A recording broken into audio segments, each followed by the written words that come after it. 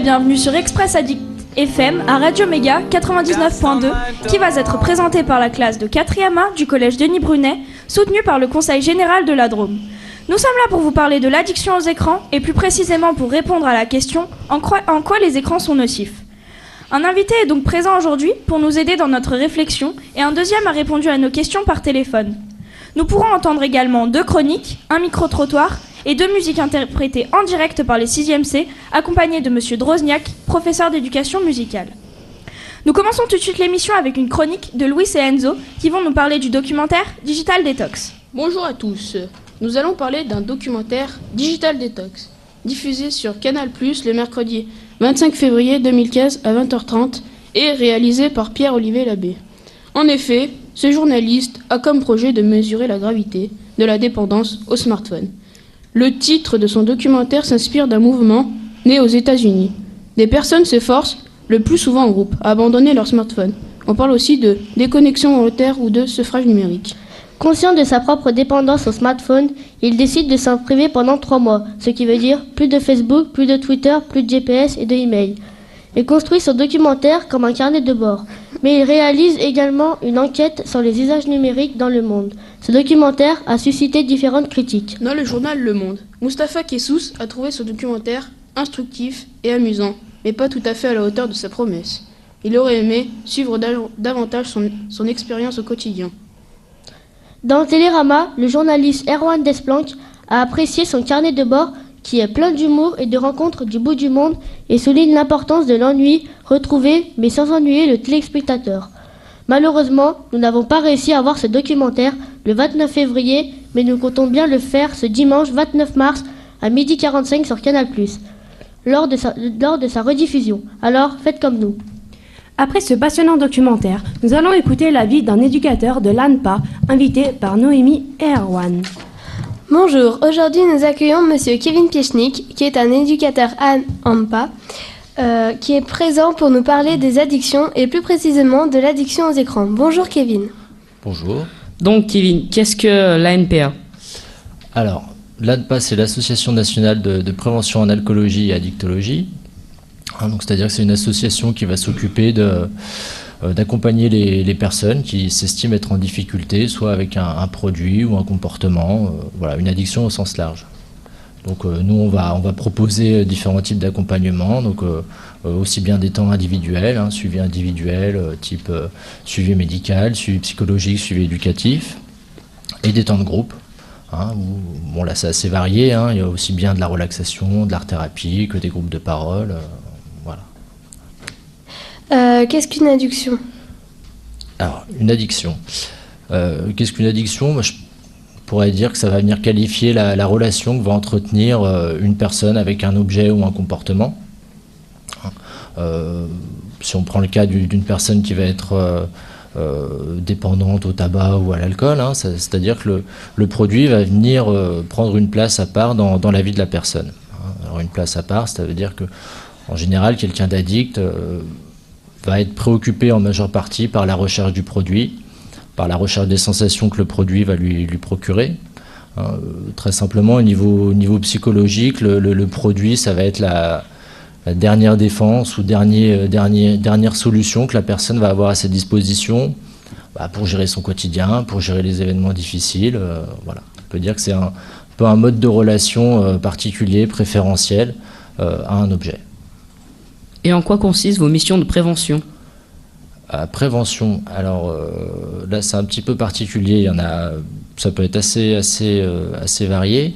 On a aussi bien des travailleurs sociaux qui vont intervenir aussi bien auprès des partenaires du réseau. Alors ça peut être, quand je dis réseau, ça va être l'ensemble des acteurs qui travaillent avec nous un petit peu dans le domaine de l'addiction. Donc là qui vont intervenir pour présenter l'ANPA, pour voir un petit peu, pour décrire ce qui se joue dans les addictions. L'idée, c'est de travailler en réseau et que les connaissances soient partagées. Alors, on intervient aussi bien au tribunal, où là, au tribunal, par exemple, il va s'agir de travailler avec les adolescents qui se sont fait un petit peu contrôler par la police en possession de cannabis, où on a aussi un temps avec les parents, où là, on va intervenir auprès des parents pour voir un petit peu comment comment ils se positionnent, qu'est-ce qui joue dans les addictions, pour apporter aussi un peu des clés, des outils. Voilà, donc on a des actions de prévention assez larges. Quels sont les symptômes de cette addiction Alors, bon, c'est assez vaste en termes de symptômes. Après, tout dépend de ce que va en dire la personne. Ça dépend de quoi on parle. C'est vrai que nous, on travaille comme ça. On reçoit des gens qui vont s'estimer en difficulté avec un produit ou un comportement. Donc, on va voir ce qu'elle va nous en dire. Après, si on peut résumer les symptômes comme ça assez rapidement, comme je l'expliquais tout à l'heure, ça va être des gens qui vont être tout entiers tournés vers le produit. Alors tout entier, après c'est assez variable, c'est pas toujours le cas, mais si on résume un peu les choses comme ça, va y avoir une préoccupation majeure pour le produit ou le comportement, ce qu'on va appeler la centration. Voilà, la personne va être préoccupée par le produit. Après, au niveau des symptômes, peut y avoir aussi tout un tas de symptômes physiques. Par exemple, quelqu'un qui boit de l'alcool régulièrement ou dans une certaine mesure, voilà, il va y avoir un certain nombre de symptômes physiques qui vont apparaître, donc tremblement, transpiration, choses comme ça. Après, il va y avoir des symptômes aussi plus psychologiques, donc là, ça sera plus voilà, à la recherche du produit, quand les personnes ne vont pas pouvoir accéder au produit, ils vont être dans un état de stress, d'irritabilité, parfois il va y avoir des passages à l'acte ou de la colère. Voilà, ça peut être assez vaste, Bon, un certain nombre de symptômes à la fois psy et physiques. Est-ce que vous avez une idée du nombre de personnes accros aux écrans en France ? C'est assez compliqué de répondre à ça, puisque l'addiction aux écrans, c'est assez récent. C'est encore très flou, c'est-à-dire qu'on n'a pas vraiment de recul sur de quoi il s'agit. Déjà, quand on parle d'addiction aux écrans, qu'est-ce que ça veut dire ? C'est assez vaste. C'est pas la même chose un écran de téléphone qu'un écran d'ordinateur, qu'un écran de télé. Donc bon, addiction aux écrans, ça vient pas nous aider quand on emploie cette expression. Alors après, au niveau des études qu'on peut avoir actuellement, c'est assez vaste. On peut aussi bien trouver 1% de la population des joueurs de jeux vidéo en particulier. Bon, là, on peut aussi bien, ça va de 1 à 5%, et certains estiment que ce serait plus 3%. Voilà. Est-ce que ça prend de l'importance ? Après, encore une fois, c'est compliqué de répondre à ça, puisqu'on a très peu de recul.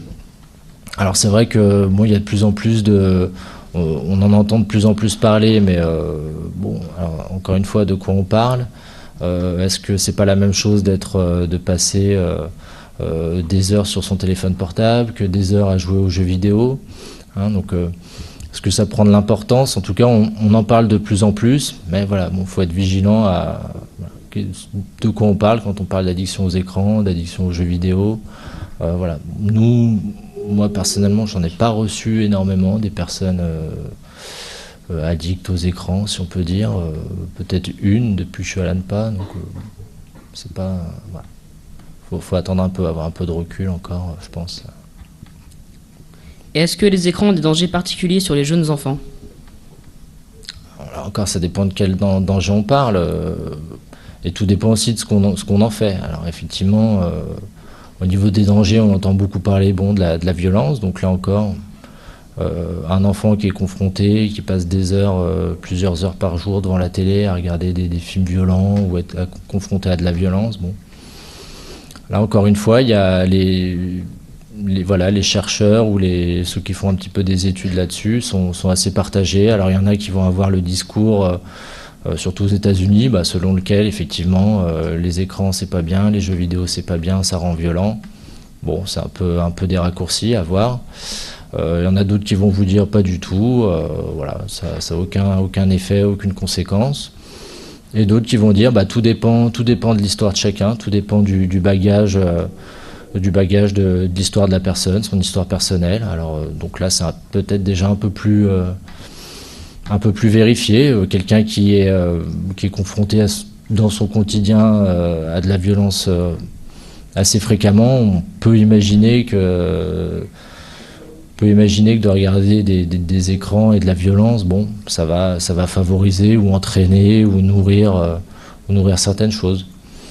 Après, bon, les effets, encore une fois, c'est assez flou pour l'instant. Est-ce que cela se soigne? Après, voilà, encore une fois, nous, sur la manière dont on travaille, voilà, on reçoit des gens qui ont une demande. Donc là, on va voir ce que la personne amène. Qu'est-ce qu'on vise quand on parle de soigner?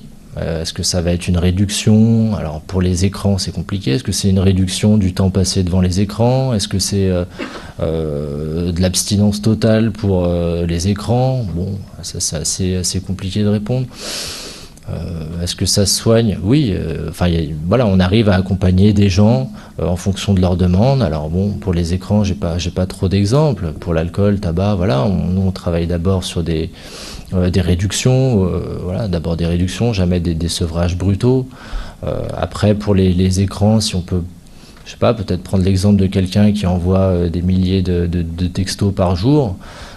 Oui, il va y avoir des choses à faire. On va déjà travailler peut-être sur ce que va représenter le portable dans sa vie. On va regarder peut-être après au niveau comportemental aussi, est-ce qu'il y a des choses à faire concrètement au quotidien, comment la personne peut-être peut gérer et mettre des choses en place pour réguler un petit peu sa consommation ou son utilisation du portable.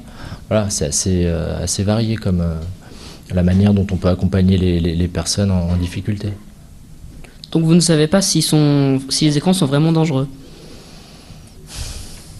C'est une question un peu difficile. Après, tout dépend de l'utilisation qu'on fait des écrans. Tout dépend de l'utilisation qu'on fait d'un produit ou d'un comportement. C'est pas tellement l'objet en lui-même qui est dangereux, c'est l'usage qu'on en fait.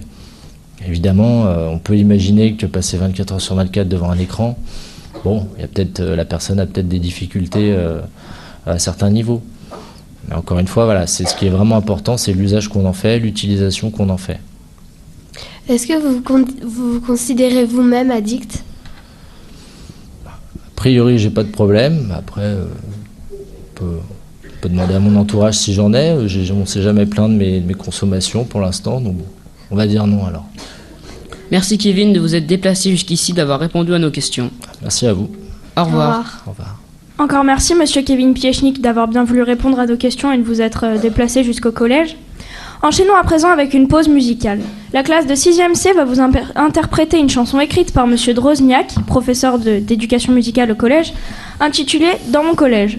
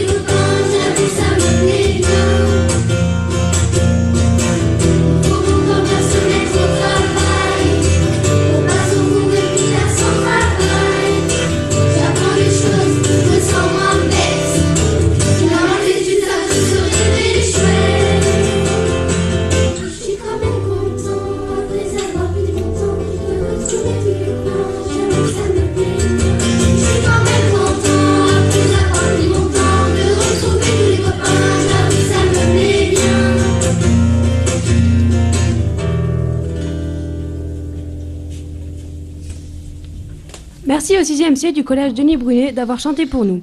Tout de suite, Inès et Aude nous font une chronique sur l'ouvrage d'un scientifique sur les méfaits de la télé. Bonjour à tous. Aujourd'hui, nous allons parler du livre de Michel Desmurger, publié en 2011. Ce livre s'intitule TV Lobotomie, la vérité scientifique sur les effets de la télévision. Michel Desmurger est un chercheur en neurologie. Dans ce livre, il parle des effets dangereux de la télévision.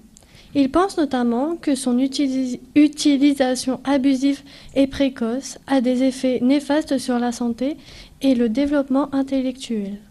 Ce livre s'appuie sur de nombreuses expériences scientifiques réalisées sur de larges échantillons de population. L'auteur en tire 5 conclusions finales.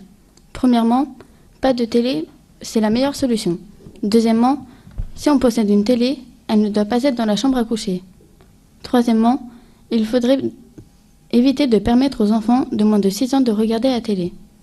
Quatrièmement, pour les écoliers et les collégiens, il recommande moins de 4 heures de télé par semaine. Jamais avant d'aller à l'école, jamais avant de se coucher et jamais en mangeant. Cinquièmement, les adultes font ce qu'ils veulent. Mais ils ne doivent pas oublier que c'est un facteur d'isolement social qui favorise la sédentarité, le vieillissement, les apparitions de pathologies cérébrales, Alzheimer et de conduite à haut risque, tabac, alcool, violence, etc. Pour en savoir plus, lisez ce livre qui, même s'il paraît un peu radical, nous permet d'avoir conscience et de comprendre les méfaits de la télévision. Merci beaucoup les filles. Lançons maintenant le micro-trottoir. Bonjour à tous. Nous avons travaillé sur le mode d'utilisation des écrans et interrogé des personnes de tout âge. On écoute. Combien de temps passes-tu sur les écrans? 1 heure? Au moins 8 heures vu que je travaille sur un ordinateur. À peu près 5 heures par jour. Toute la journée, quasiment. 3 heures. Je vais dire bien 7 heures.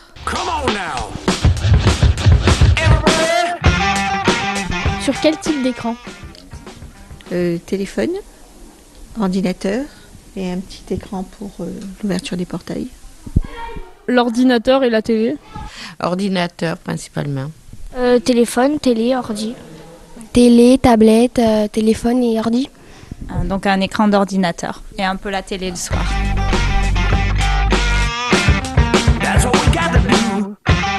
Et que faites-vous sur les écrans? Je travaille du coup sur mon ordinateur la journée et le soir après c'est plus de la détente. Je joue, je regarde la télé, je joue sur les réseaux et sociaux et sur les jeux. Je travaille. Je fais des jeux et je vais sur les réseaux sociaux.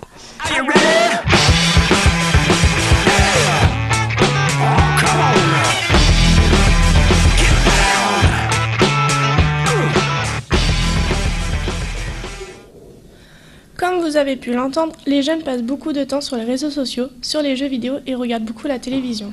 Les adultes, quant à eux, utilisent surtout l'ordinateur et le téléphone pour leur travail.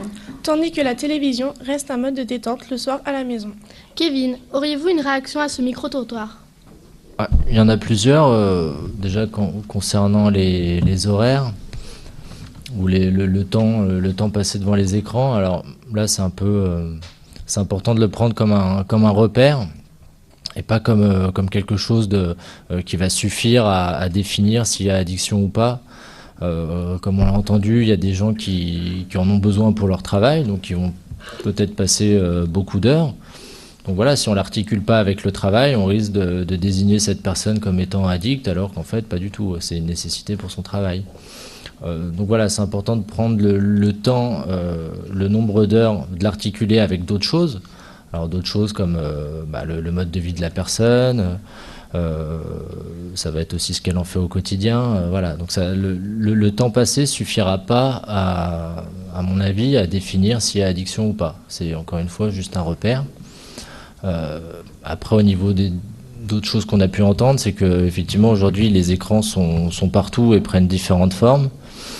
Aussi bien la télé que l'écran de portable, que il y a l'écran des tablettes aussi maintenant. Donc là voilà, c'est très compliqué, en tout cas très compliqué et très flou de définir du coup si c'est addiction ou pas, dans la mesure où le temps passé sur les écrans va être assez... je veux dire, on peut passer aujourd'hui de son écran de télé à son écran de portable, parfois les deux en même temps. Donc voilà, c'est un peu compliqué. Donc c'est vraiment à prendre, à mon avis, au cas par cas. Qu'est-ce qu'on en fait de ces écrans ? Voilà, un petit peu les réactions qu'on peut avoir.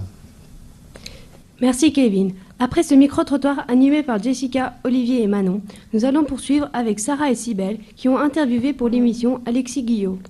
Nous avons interviewé Alexis Guillot, un infirmier psychologue qui est aussi un spécialiste des addictions. Il commence par nous présenter la maison des adolescents où il travaille. On l'écoute. La maison des ados, c'est pour les 13 à 20 ans.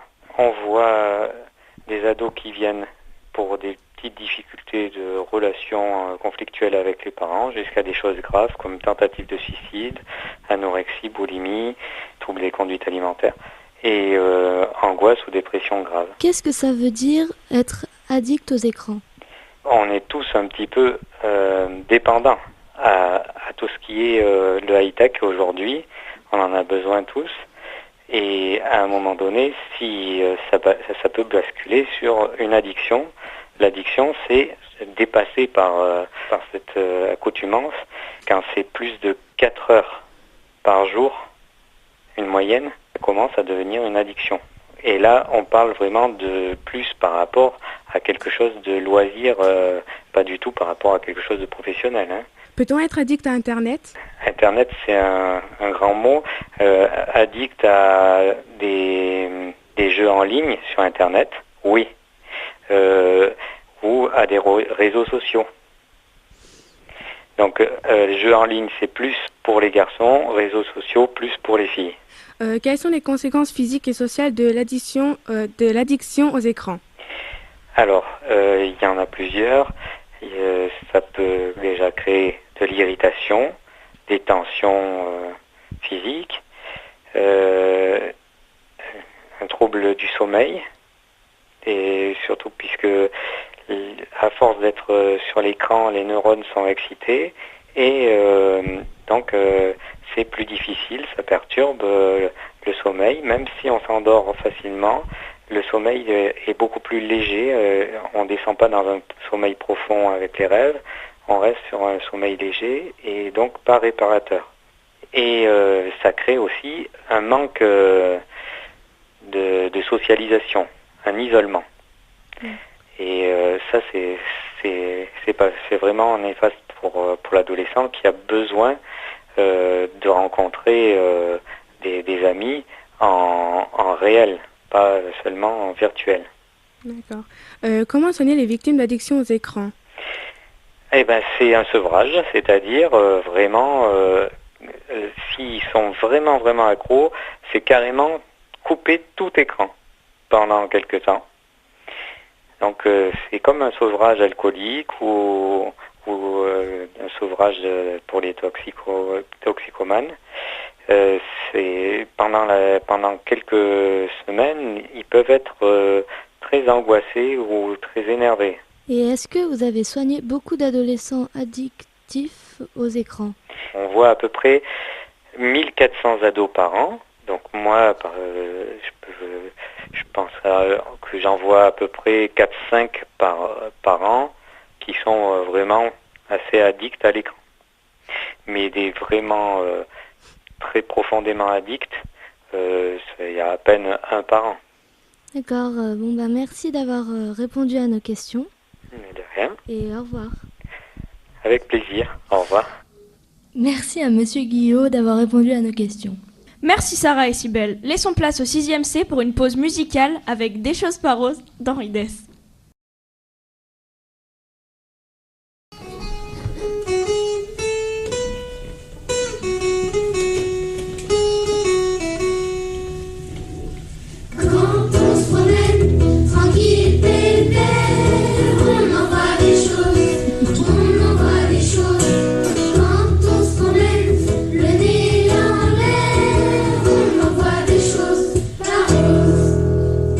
Il y a des papyrus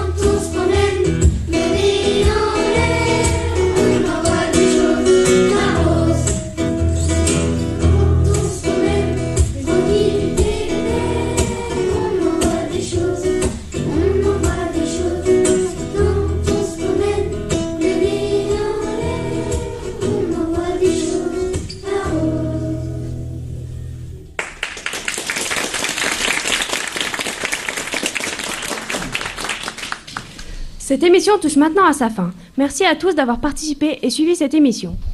Merci à tous les invités, Julien de l'association Les Trompes de Stache et Raphaël de Radio Méga qui nous ont aidés.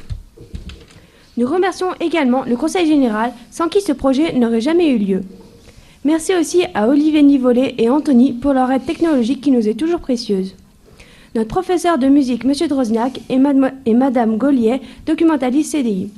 Merci surtout à notre professeur principal, Madame Lardeux, qui a eu l'idée de ce projet qui nous tient très à cœur.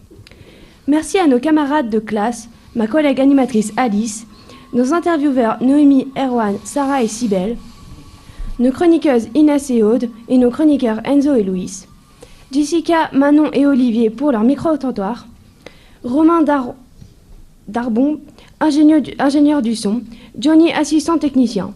Vous pourrez nous entendre lundi 30 mars à 12h15 ou sur le site radio-méga.com. Et merci également à la deuxième animatrice Mélodie. Come on now.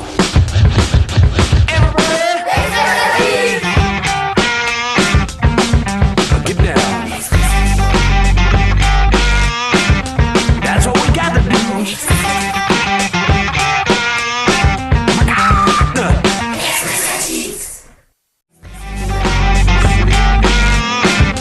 That's what we got to do.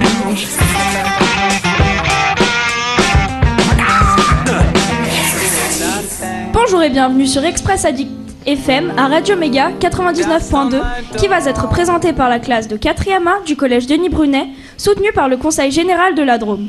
Nous sommes là pour vous parler de l'addiction aux écrans et plus précisément pour répondre à la question en quoi les écrans sont nocifs.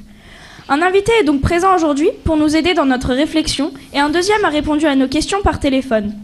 Nous pourrons entendre également 2 chroniques, un micro-trottoir et 2 musiques interprétées en direct par les 6e C, accompagnées de M. Drozniak, professeur d'éducation musicale. Nous commençons tout de suite l'émission avec une chronique de Louis et Enzo qui vont nous parler du documentaire